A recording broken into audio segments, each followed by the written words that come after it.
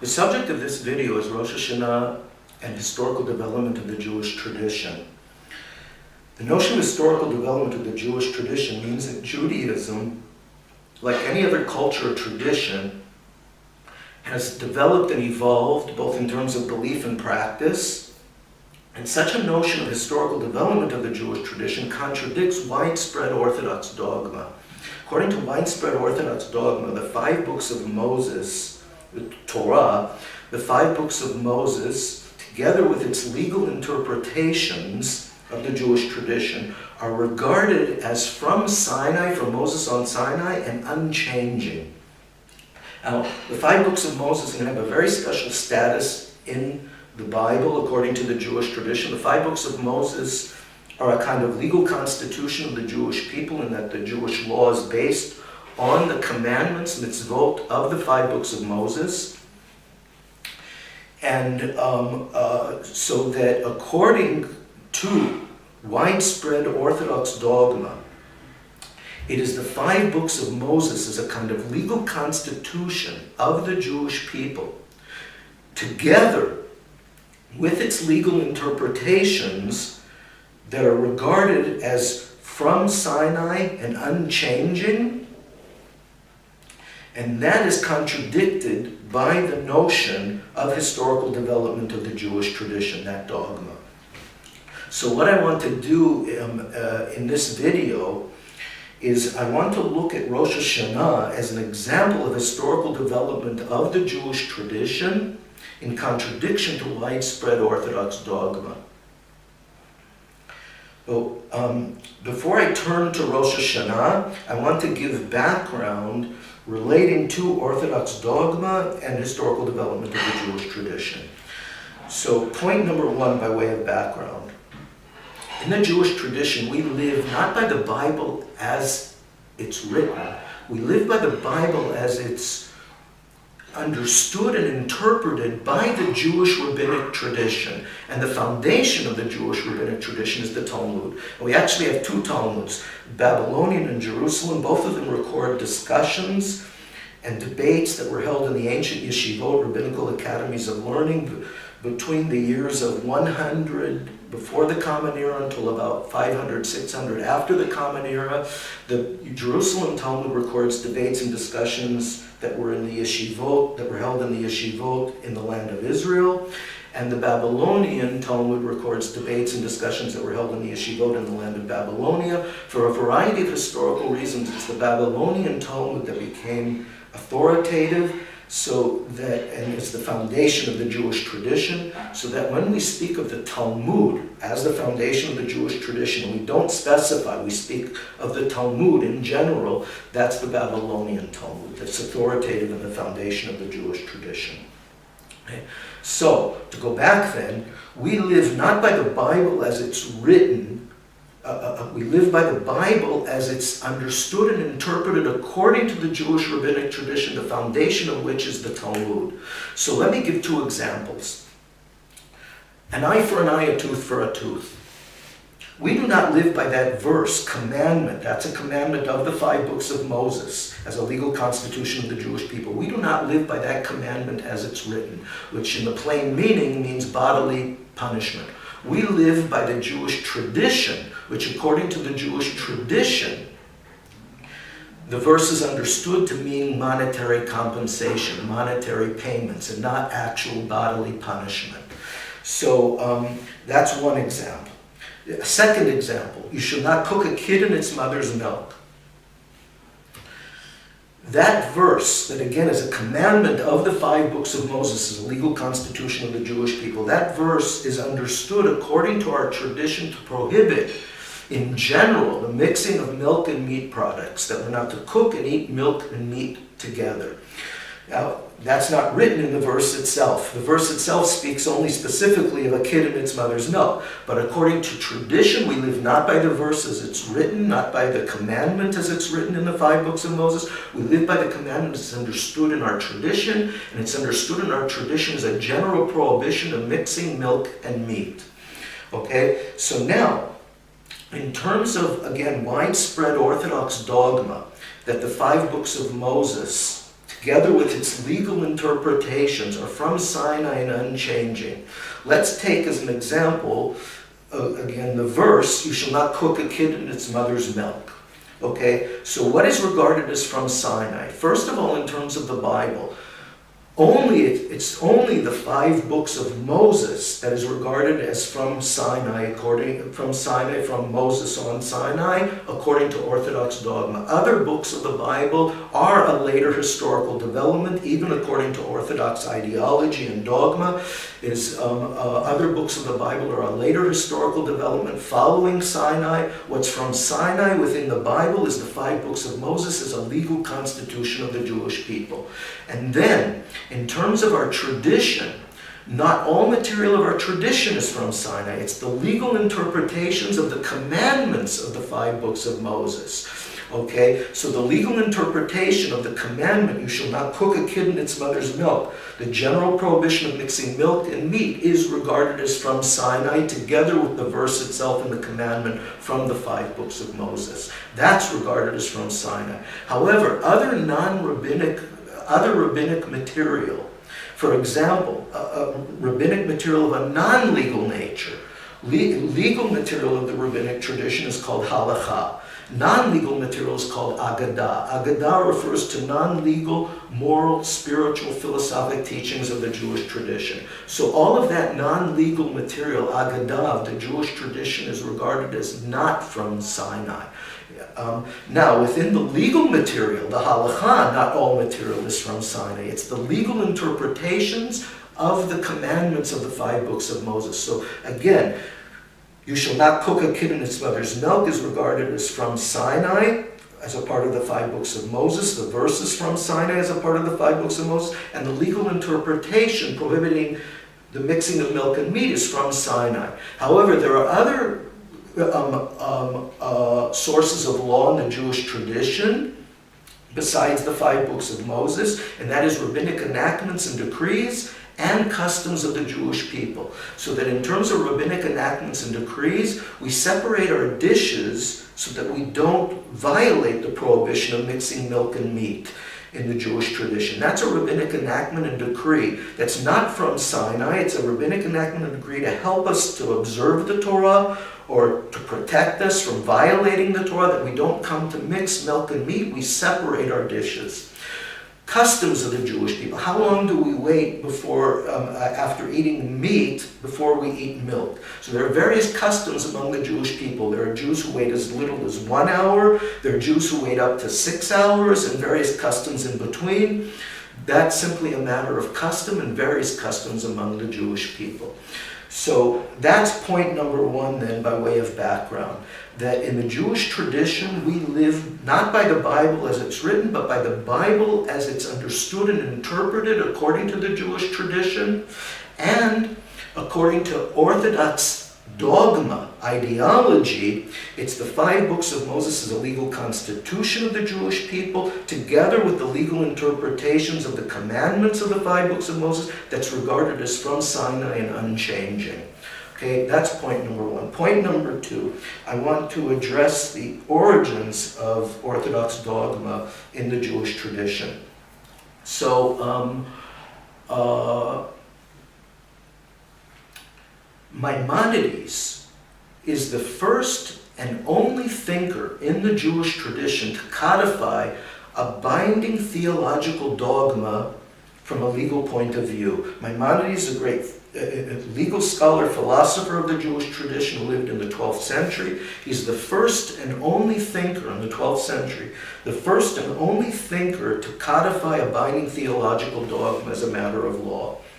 Codified as 13 principles of belief, a comprehensive set of beliefs that must be accepted as a binding theological dogma. He codified his 13 principles of belief as a dogma. He codified them as commandments in his law code, as a binding dogma.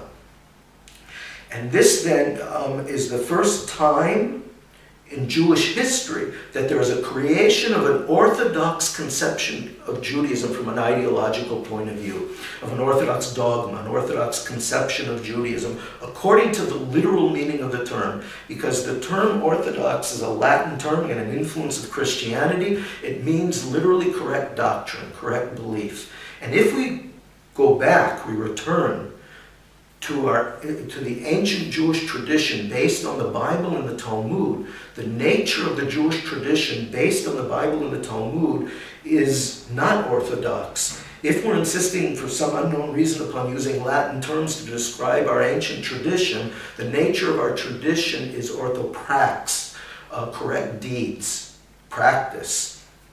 The Bible, there is no theological dogma, binding theological dogma, such as Maimonides codified in the Middle Ages. No such dogma in the Bible. In the Talmudic literature, there is no such dogma as Maimonides codified, no set of principles of belief that must be accepted. The Talmudic rabbis did not codify any binding theological dogma as Maimonides codified. And not only that, but the nature of the Jewish law, according to the Talmudic tradition, is orthoprax, correct deeds, action.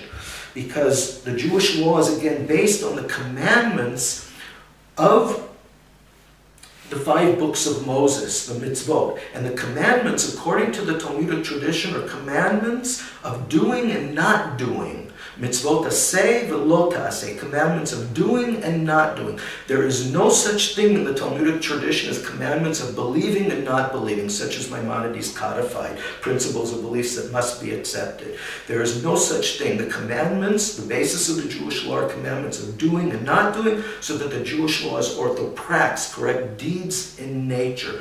And Maimonides, in my view, was very well aware that his codification of a dogma, a binding theological dogma, is a distortion of the ancient tradition, Jewish tradition based on the Bible and the Talmud. And he codified his principles of belief, in my view, not as a thinker, only as a political religious leader. He was a religious leader of Jewish communities. He codified the dogma for the unlearned Jewish masses to strengthen them, because Christians and Muslims had formulated and codified such dogmas. But Maimonides himself is very well aware, in my view, that his codification of a binding theological dogma was not only an innovation, but a distortion of our ancient Jewish tradition that's orthoprax in nature. So that widespread, there's a misconception that Judaism has always been orthodox, and that orthodoxy is the authentic nature of the Jewish tradition. This is a misconception.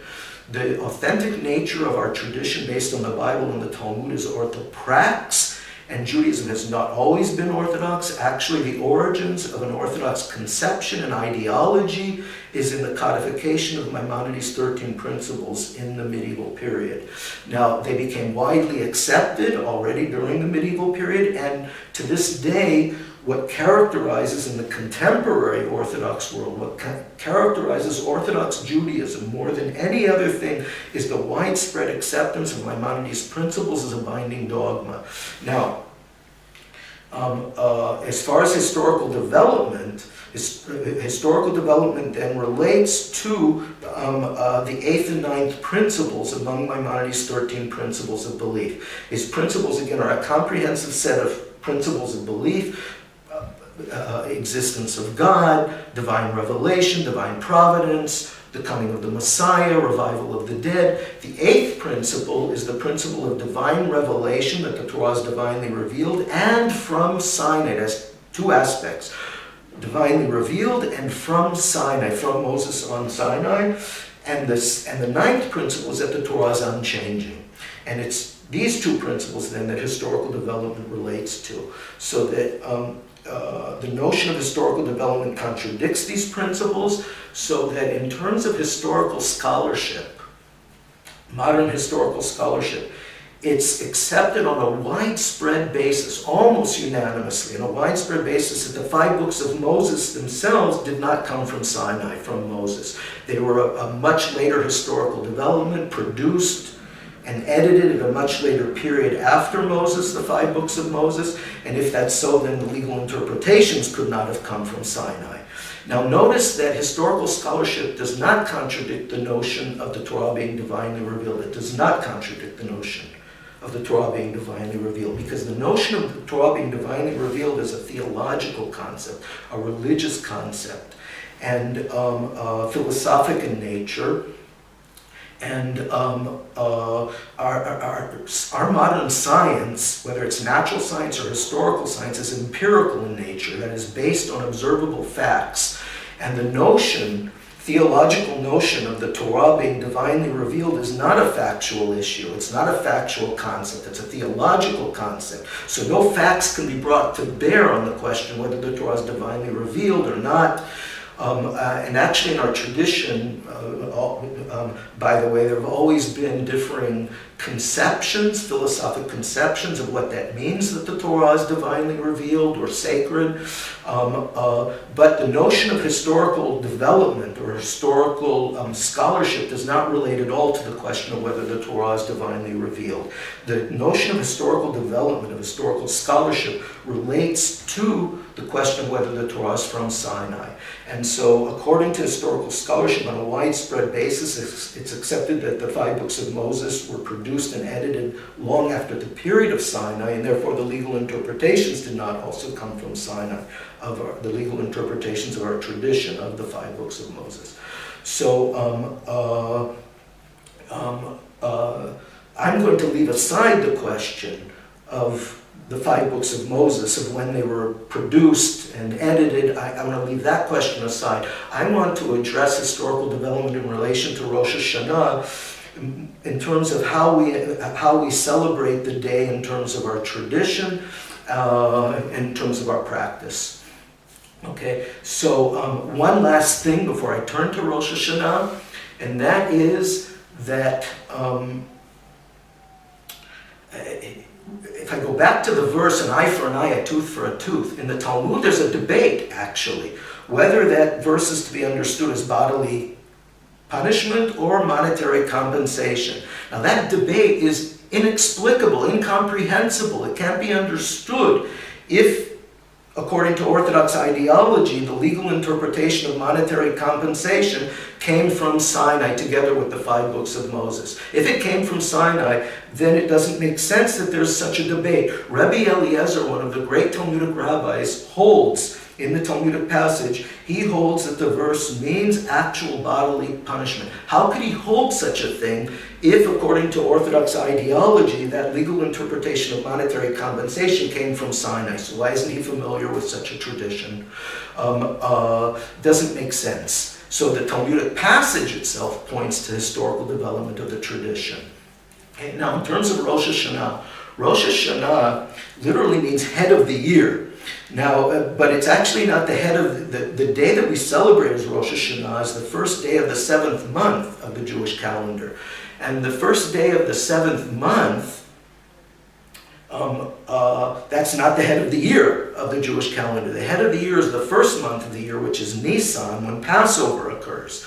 And by the way, the names of the months of our Hebrew calendar, the Jewish calendar, are Babylonian in origin. Even some of the names of the months are Babylonian gods, taken from Babylonian mythology. But in any case, the first month of the year, the beginning of the year, the head of the year, is the month of Nisan, when Passover occurs. Rosh Hashanah occurs on the first day of the 7th month, and on the 10th day of the 7th month is Yom Kippur. So that Rosh Hashanah and Yom Kippur are 10 days apart, and they're connected by what, according to our tradition, is called the 10 days of Tshuva. So that, I'll explain, that Rosh Hashanah is the day of judgment, and Yom Kippur means Day of Atonement. Both days are days of awe, according to tradition, and the term awe in Hebrew comes from the same root as the word fear, like fear of God. So that this entire period, the 10 days from Rosh Hashanah to Yom Kippur, is a period when we're standing before God in judgment. Rosh Hashanah, the day of judgment, but the entire 10-day period is a period when we're standing before God in judgment, in fear and trembling, a time of awe, fear and trembling. And the 10 days then are connected by this notion of tshuva, the 10 days of tshuva, that tshuva is often inadequately translated as repentance. That's an inadequate translation. It literally means return, and it's a return to the path of right living. So that sin in Hebrew and in Judaism, sin in Hebrew comes from a root, the word sin in Hebrew, chet, comes from a root lehachti that means to miss the mark, means that to make a mistake, to commit wrongdoing.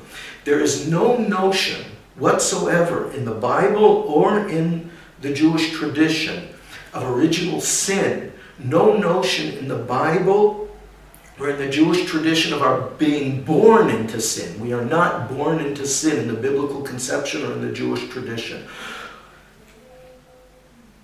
All human beings commit sin, wrongdoing. We fall down, we make mistakes, we commit wrongdoing. Tshuva means to return to the path of right living, that we pick ourselves up off the ground, we get ourselves back onto the path of right living.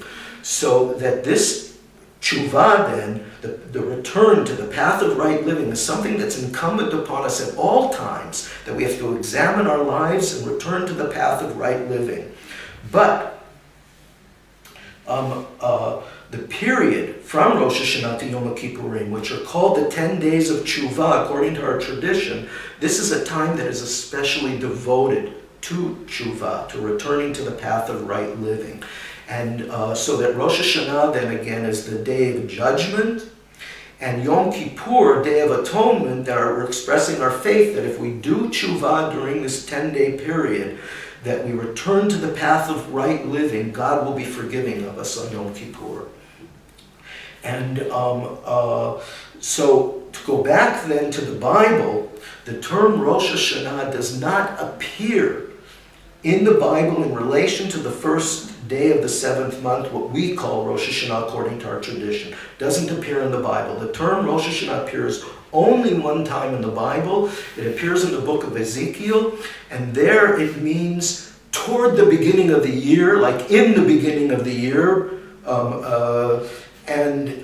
it's evidently referring to Nisan, which was the beginning of the year again in the Jewish calendar, the time of Passover. So it's not referring to the first day of the 7th month there in the book of Ezekiel, the term Rosh Hashanah. Other than that one time, it doesn't appear, the term Rosh Hashanah, in the Bible. Now in the 5 books of Moses, the first day of the 7th month that we celebrate as Rosh Hashanah, that is referred to twice as a day of blowing. And appears the first time in the book of Leviticus, chapter 23, and then in the book of Numbers, chapter 29. And in both places, the first day of the 7th month is referred to as a day of blowing, or a memorial of blowing. And now, shockingly, regarding both places where the first day of the 7th month is talked about, shockingly, the term Rosh Hashanah doesn't appear. Shockingly, there is no mention of the first day of the 7th month being a day of judgment, which is how we celebrate Rosh Hashanah according to our tradition. Shockingly, no mention of this being a day of awe when we're standing before God in fear and trembling. And shockingly, no mention of tshuva, that this is a time when we're to return to the path of right living. Even more shockingly, no mention of the blowing being of a ram's horn, which is the central practice of Rosh Hashanah, that the blowing is of a ram's horn. It's to be symbolic, among other things. It can be symbolic of many things, but the hearing of the blowing of the shofar is to be symbolic in the main of, it's a way of, the hearing of the shofar it's a call, the shofar, the blowing of the shofar, a call to us to return to the path of right living, to do tshuva, to awaken us from our spiritual slumber, and that we'll return in tshuva, standing before God in this time of judgment. So this is the central practice. And yet, shockingly, in the 5 books of Moses, no mention of the blowing on the first day of the 7th month being of a shofar of a ram's horn. All of that is shocking. If again the Torah according to Orthodox ideology, the Torah is from Sinai and unchanging. So nothing mentioned of of the first day of the seventh month being Rosh Hashanah, of it being a time of judgment, of it being a day of awe, of it being a time of tshuva, or even of the blowing being a blowing of the ram's horn. Okay, all of that is shocking. Now, when we turn to our tradition, the foundation of our tradition from a legal point of view is the Mishnah. A book, a short legal work, a short legal work, the Mishnah. It's in the main a legal work based on the Bible. It includes some non-legal material, but it's in the main a legal work based on the Bible. And this is the foundation of our tradition from a legal point of view. And both Talmuds, the Babylonian and Jerusalem, are commentaries upon the Mishnah. Okay, so it's the Mishnah that's the foundation from a legal point of view of our tradition. And the Mishnah has 63 tractates relating to various subjects. One of the tractates of the Mishnah is Rosh Hashanah. It's only 4 chapters, a short work. And here it's even more shocking that the term, that the first day of the 7th month is called Rosh Hashanah. But what's shocking here, even more so than its absence in the Bible, is it's not referred to as a day of judgment. It's absent from the Mishnah that this is a day of judgment. That's even more shocking than its absence in the Bible. And because this is the essence of the day in our tradition, is that it's a day of judgment, no mention whatsoever in the Mishnah, pointing to historical development. It's a later historical development that it becomes to be known as the day of judgment. So no mention of it being a day of judgment. There is one sentence toward the beginning of the tractate that speaks of all of humanity on this day, the first day of the 7th month that we call Rosh Hashanah. There's a sentence that says all of humanity, all human beings pass before God like sheep, as if a time of judgment, implying judgment. And there's a verse that's quoted from the Bible that implies that God is judging us. And there's no elaboration. There's no mention that this is the day of judgment. There's no mention that this is a day of awe, when we're standing before God in fear and trembling. There's no mention of this being a time of tshuva in the entire Mishnah of Rosh Hashanah. No mention that this is a time of tshuva, that we're returned to the path of right living. All of that is even more shocking than its absence in the Bible. The other thing that I want to point out in relation to the Mishnah with regard to Rosh Hashanah is the commandment to hear the blowing of the shofar. That's the commandment, to hear the blowing of the shofar. And again, of the ram's horn. And again, no mention in the Bible that it's of a ram's horn, but in the Mishnah there's a debate. And again, similar to the case of an eye for an eye, a tooth for a tooth, the debate, whether it's in the Talmud, whether it's bodily punishment or monetary compensation, it's inexplicable if the Torah, according to Orthodox ideology, came from Sinai as unchanging. So too here, the debate regarding the hearing of the blowing of the shofar, the ram's horn, is inexplicable. But there's a debate as to what the sounds are that we're to hear. So there are 2 basic sounds. They have their roots in the Bible, T'kiyah and Tru'ah. So T'kiyah, we know, there's no debate what it is, according to our tradition. I'll do it as a whistle, so that but this is what the T'kiyah sounds like, and there's no debate according to our tradition. It means this, a T'kiyah sounds like this. Okay, T'kiyah. That's a T'kiyah sound.